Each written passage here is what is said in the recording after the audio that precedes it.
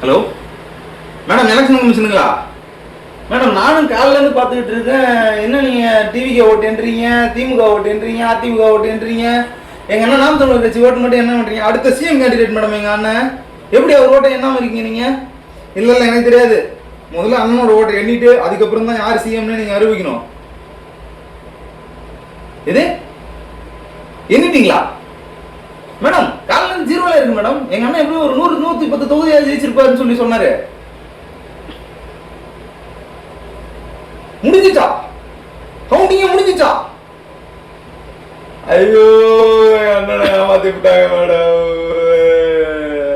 Madam, மிஷின்ல ஏதோ கோளாறு பண்ணிட்டாங்க. அதனாலதான் எங்க அண்ணனுக்கு போட்ட ஓட்டு எல்லாமே டிவி கேட்க போயிருக்கு.